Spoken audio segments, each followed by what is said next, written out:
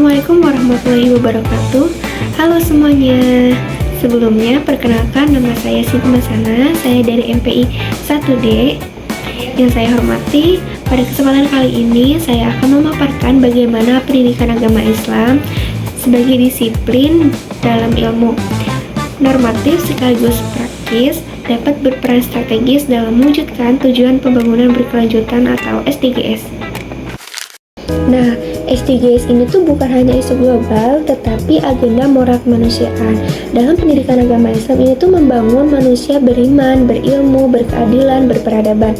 Nah, di sini saya bakal menjelaskan 5 SDGs. Itu apa aja? Yang pertama ada SDGs 4, yaitu tentang pendidikan berkualitas. Yang kedua ada SDGs 5, yaitu tentang kesetaraan gender. Yang ketiga ada SDGs 10, yaitu tentang pengurangan ketimpangan.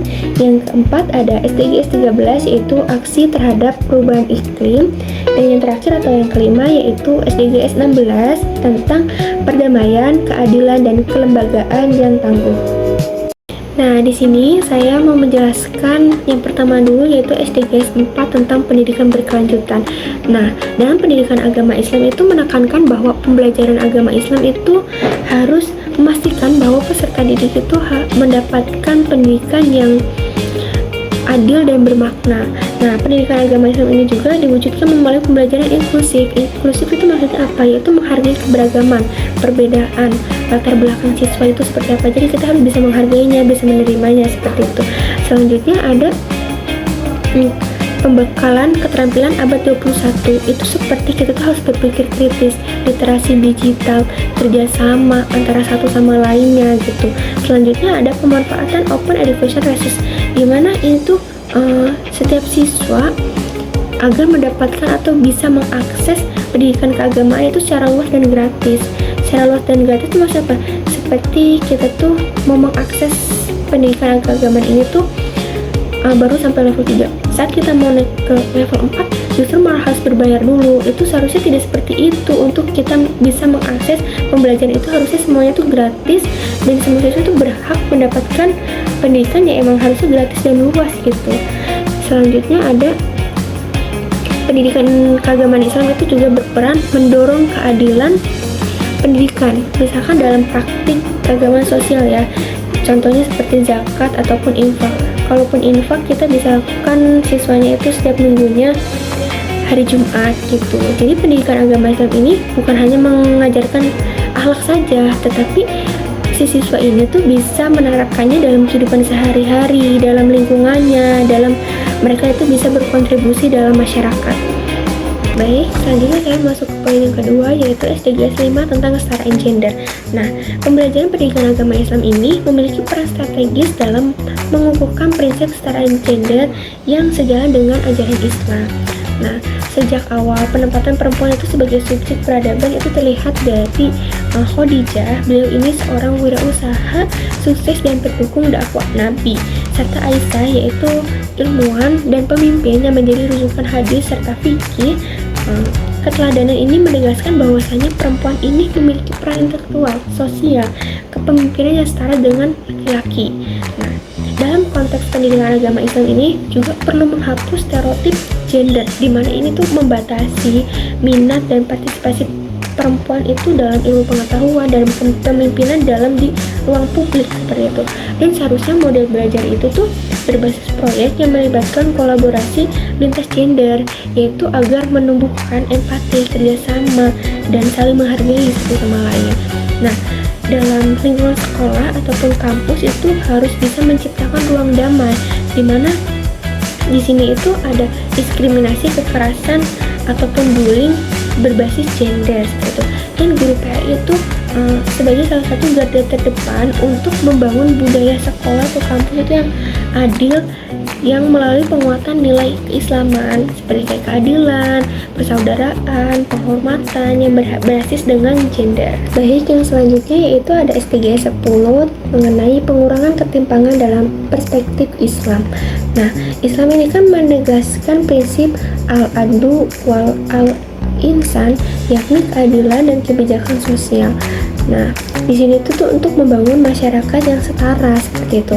Nah, dalam pendidikan agama Islam ini dapat dilakukan melalui beberapa cara, yaitu yang pertama penguatan ajaran keadilan sosial, dimana di sini tuh anti diskriminasi dan penghargaan terhadap keagamaan, budaya maupun sosial. Dan yang kedua yaitu ada pembelajaran berbasis dialog atau sosial budaya. Di sini tuh membantu para siswa untuk bisa menghargai perbedaan latar belakang dan untuk menumbuhkan rasa empati mereka untuk tidak menjatuhkan atau mendiskriminasi kelompok lain gitu. Yang ketiga yaitu melalui kegiatan pengabdian masyarakat. Ini tuh seperti kegiatan sosial atau bakti sosial gitu ya, atau program lainnya. Itu di sini siswa itu belajar menerapkan nilai-nilai keislaman tentang kepedulian, solidaritas seperti itu. Selanjutnya yang keempat ada pemanfaatan teknologi pendidikan. Di sini ini dapat memperkecil kesenjangan akses belajar. Ini misalnya menyediakan materi berbasis daring, kelas inklusif gitu, atau pendampingan digital gitu. Nah, dengan pendekatan ini tuh si siswa nggak cuma belajar materi tentang keagamaan saja, tapi juga mereka itu bisa menerapkannya dalam kehidupan sehari-hari seperti itu. Oke, selanjutnya yaitu SDGs 13 mengenai akses iklim dalam perspektif etika lingkungan Islam. Nah, isu perubahan iklim ini bukan hanya personal science aja ya, tetapi isu moral dalam spiritual.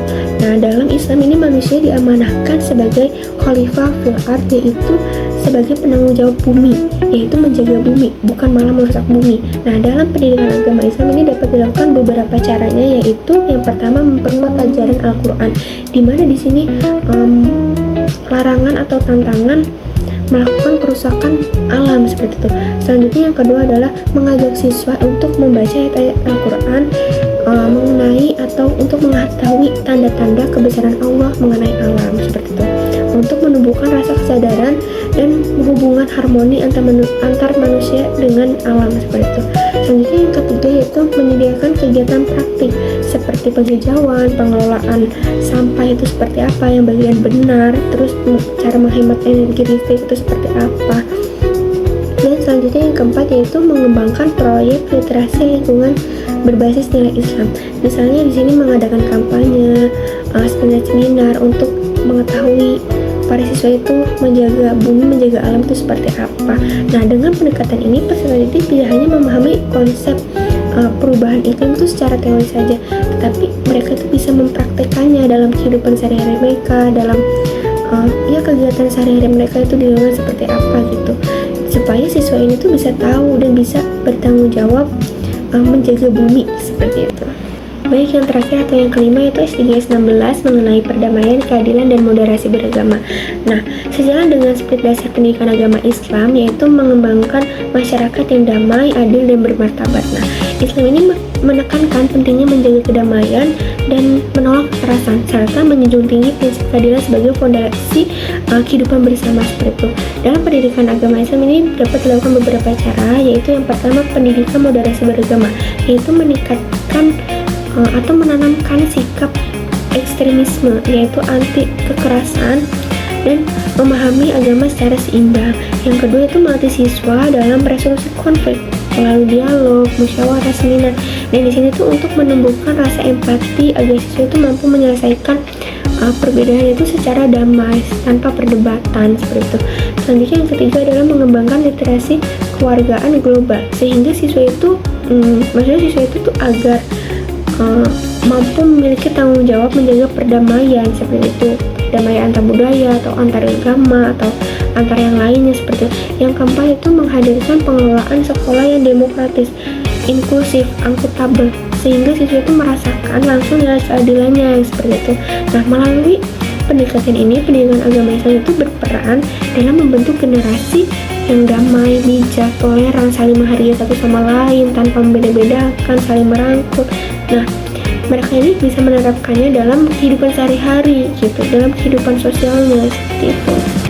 Baik, sekarang kita masuk ke tahap penutup, yaitu bahwasanya integrasi SDGs dalam pendidikan agama Islam itu bukan hanya sekadar penyesuaian kurikulum, melainkan penguatan visi prinsip pendidikan, penguatan karakter global yang berakar pada nilai Islam, upaya membangun generasi religius yang berkeadaban, berkeadilan, dan peduli terhadap lingkungan sesama.